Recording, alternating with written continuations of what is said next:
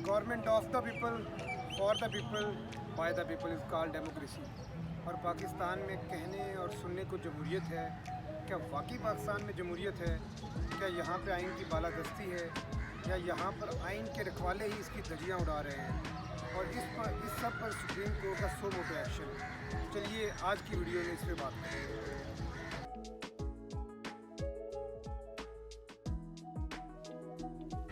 अस्सलाम वालेकुम जी, good morning. आप देख रहे हैं वैसाखी ऑफिशियल स्पीक्स लाउड, अब बोलो, सच बोलो और डट कर बोलो। आज हम बात करते हैं पाकिस्तान में मौजूद ये एक लूली लंगड़ी जमहूरियत पे, और उस लूली लंगड़ी जमहूरियत के साथ भी कैसे खिलवाड़ किया जा रहा है, आज उस पर बात करेंगे इस वीडियो के अंदर। आपने जैसे देखा होगा कि आजकल एक तहरीक चल रही है, और वो इलेक्शन की डेट लेने की तहरीक चल रही है, जो कि असम्बलियों की तहलील के बाद बिल्कुल कानूनी तौर पे और आइनी तौर पे 90 दिन के अंदर इलेक्शन होने थे।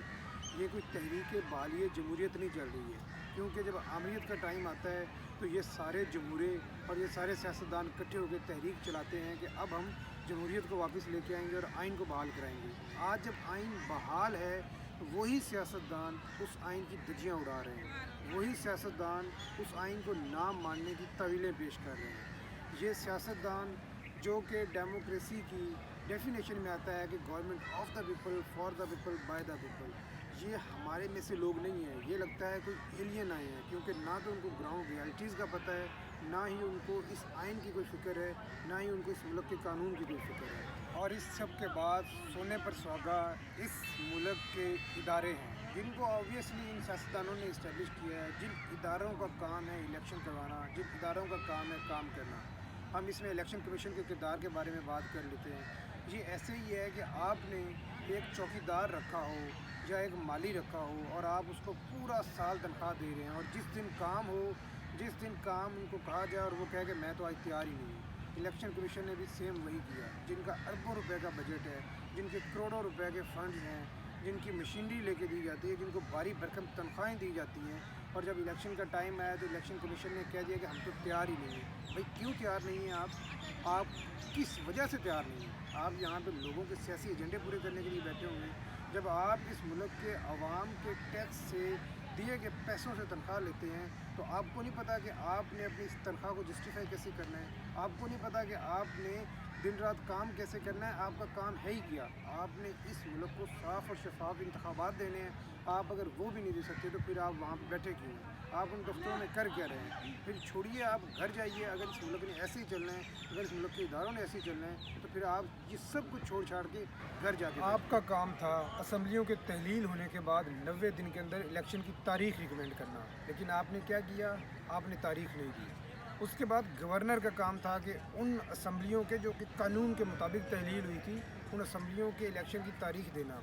लेकिन गवर्नर साहब भी यहाँ पे टाल मटोल से काम लेते रहे। इसी तरीके से टाइम गुजरता जा रहा है, और टाइम गुजारने के टैक्टिक्स यूज़ किए जा रहे हैं, और टाइम गुजारा जा रहा है बाय इंटेंशन। और इस सब के बाद जब सदर साहब इस मुल्क पाकिस्तान के सदर पाकिस्तान जब आपको ख़त लिखते हैं कि आप इलेक्शन की तारीख दीजिए, और आप उन खतूत का जवाब देना भी ज़रूरी नहीं समझते, और जब वो एक इलेक्शन की तारीख देते हैं तो पूरे मुल्क के अंदर हैजान की कैफियत बर्पा हो जाती है कि क्या सदर इलेक्शन की तारीख दे सकते हैं या नहीं दे सकते। आप उन पे तो सवाल कर रहे हैं, भाई आप बताओ जो आपका काम है आपने किया है कि नहीं किया? आपका काम अगर साफ़ शफाफ इंतखाबात करवाने हैं, आपने वो करवाए हैं कि नहीं करवाए? आपने उसकी तरफ रोड मैप दिया है कि नहीं दिया? आप आइन के अंदर ऐसी क्यों कोई कमी छोड़ते हो कि किसी और को आगे उसके अंदर इंटरवीन करना पड़े? अब सब सियासतदान वक्त की नज़ाकत को नहीं समझ रहे।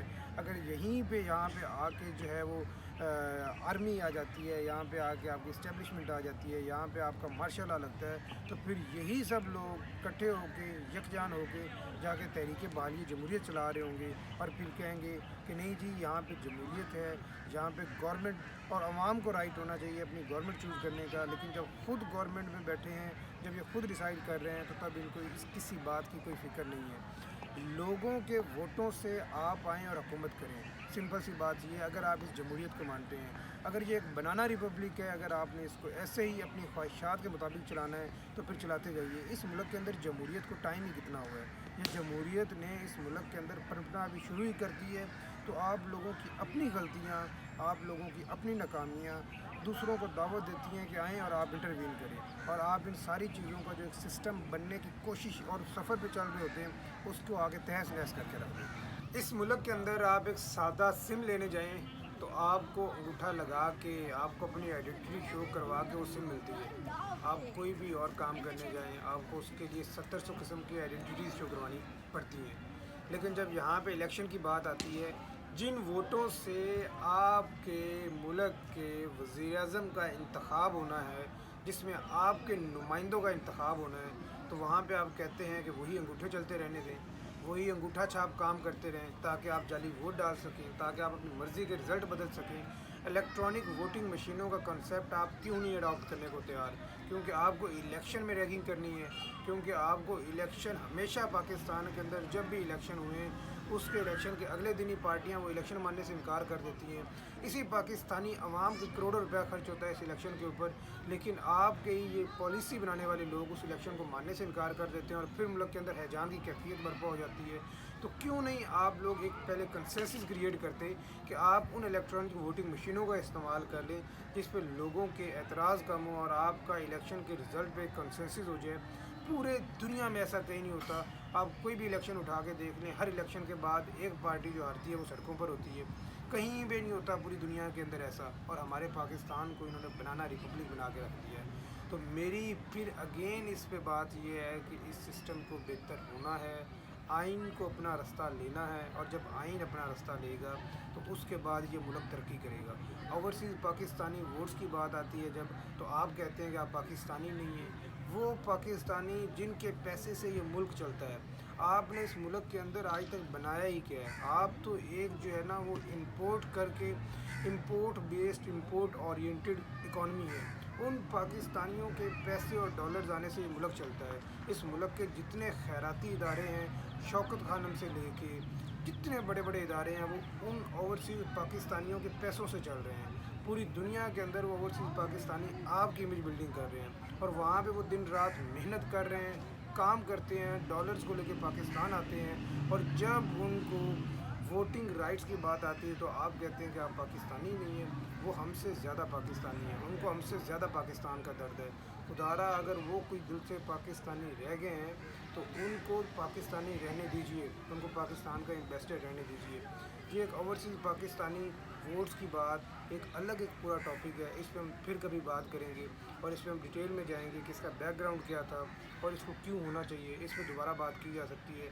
लेकिन अब की बात इस टाइम पे पॉइंट सिर्फ इतना है कि जमहूरियत को अपना रास्ता, आइन को अपना रास्ता बनाने दीजिए, इलेक्शन को वक्त पे होने दीजिए। और चीफ़ जस्टिस साहब ने इस टेन्योर के अंदर, ये जो हमारे चीफ़ जस्टिस उमरता बंदयाल साहब हैं, इनके टेन्योर के अंदर सो मोटो नोटिस एक बहुत बड़ी बात है, क्योंकि यहाँ पे साथी निसार साहब नहीं है जो हर बात पे सो मोटो ले लें, और ये सो मोटो लिया है उन्होंने। हम अदालत की तरफ, मुअज़्ज़ज़ अदलिया की तरफ देख रहे हैं कि वो इसके अंदर इंटरवीन करके, और इन सियासतदानों की बात यही है कि इनको कान से पकड़ के लगाए उस रास्ते पे कि जाएं आप आवाम के अंदर।